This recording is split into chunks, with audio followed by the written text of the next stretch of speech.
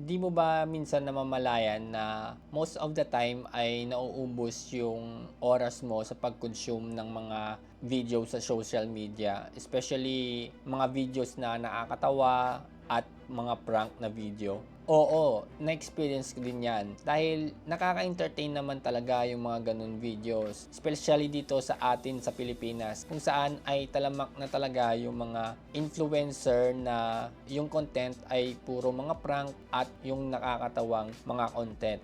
At most of the time ay yan pa yung pinakamalaking mga views or pinakasikat na content dito sa atin sa Pilipinas. At tayo na nanonood ay nai-entertain naman talaga sa mga videos nila. Kahit nga ako ay nai-entertain. Pero I realized after ko mapanood yung mga videos nila ay wala naman talaga akong may natutunan sa videos, kundi finil lang nila yung boring time ko. Kaya I decided na manood ng mga videos kung saan ay makakatulong sa akin upang magamit ko sa totoong buhay. Dahil maganda yung meron kang kaalaman or skills na makakatulong sa atin upang ma-improve yung ating sarili. Dahil sino naman na tao na hindi gustong makita yung sarili nila na mag-improve. Lahat tayo ng mga tao ay kailangan mag-improve upang makreate tayo ng magandang community dito sa mundo. Dahil kung lahat na lang ay consume mo sa utak mo na puro na lang mga prank at nakakatawa, ang result nito ay puro prank at nakakatuwa na lang yung makikreate nitong mga bagong henerasyon. At makikita mo nga maraming mga content creator na mga bago ngayon ay yung content puro na lang mga prank at mga nakakatawa. Kaya kailangan natin ng awareness sa ating sarili kung ano nga ba dapat yung i-consume natin sa ating sarili. Kailangan natin na mag-improve or baguhin natin yung ating mga i-feed sa ating mga utak dahil malaki talagang impact nito sa ating sarili. Kaya doon ko natutunan na kailangan natin magsaliksik ng knowledge upang ma-improve yung ating sarili. Kaya binago ko yung panonood ko sa social media kung saan ay pinifeed ko yung sarili ko sa mga knowledge kung saan ay makakatulong sa akin na mag-improve yung buhay ko at makamit ko rin yung tinatawag na quality life. Dahil maraming mga tao ngayon ay naligaw kung ano nga ba yung gusto nilang tatahakin. At marami na ring mga kabataan ngayon ay naligaw na rin sa landas. Especially sa mga bagong henerasyon kung saan ang mga social media ay open source na kahit saan ka na ay makaka-connect ka talaga sa social media. At yun nga, lahat na ma-feed sa'yo ay puro na lang mga nasa entertainment content. Kaya sa akin ay finifeed ko na yung sarili ko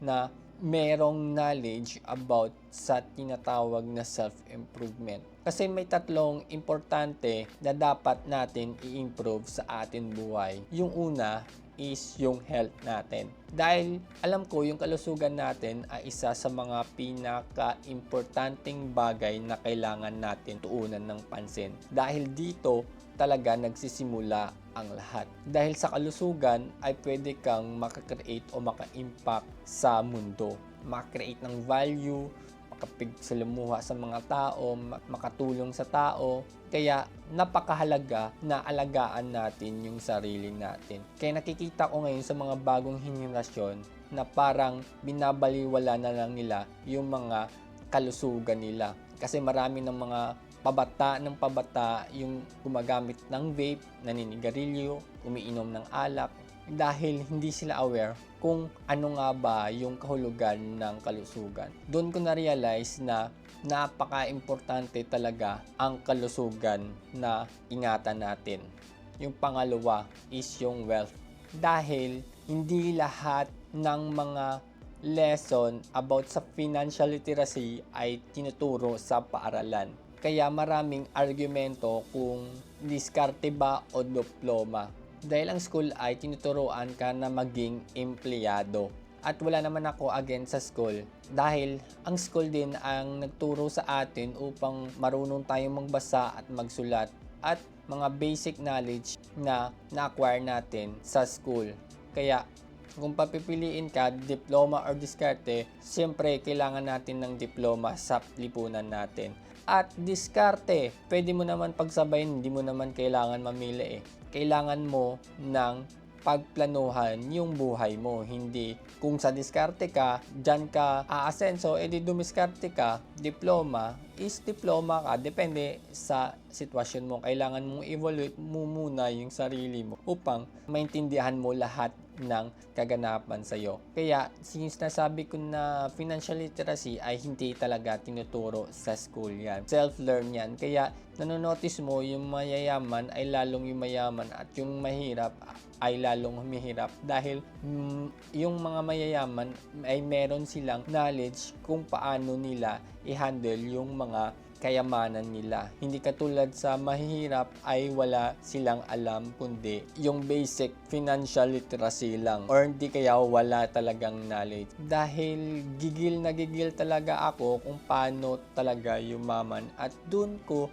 na-realize na meron talagang knowledge or kaalaman kung paano ka yumaman at paano mo i-handle yung pera mo. Kaya yun yung kailangan nating pagpahalagahan yung ating wealth. At yung pangatlo is relationship. So, kailangan natin as human being na mag-socialize sa mga tao. Kailangan mo ng social intelligence upang marunong kang mag-handle sa tinatawag nating game of life. Dahil kung marunong ang mag-handle sa relationship mo, ay malaking advantage na ito sa buhay mo. Marunong kang magbasa ng mga body language, ano nga ba yung mga sign kung bakit nagkaganyan yung mga tao, marunong kang mag-de-escalate sa mga tension na nabubuo. Kaya napakagandang skills yan na kailangan mo i-acquire, especially sa mga loved ones mo. Kung marunong kang umintindi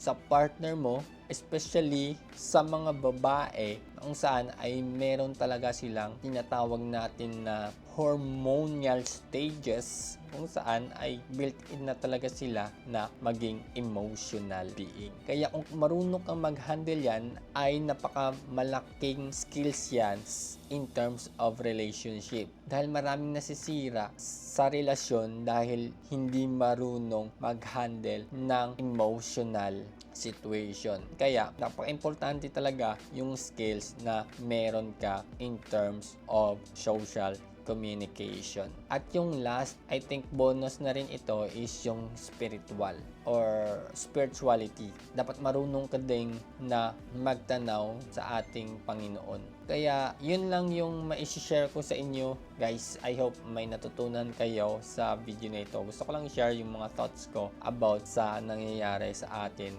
dito sa lupa. Kaya, see you for the next video. Peace!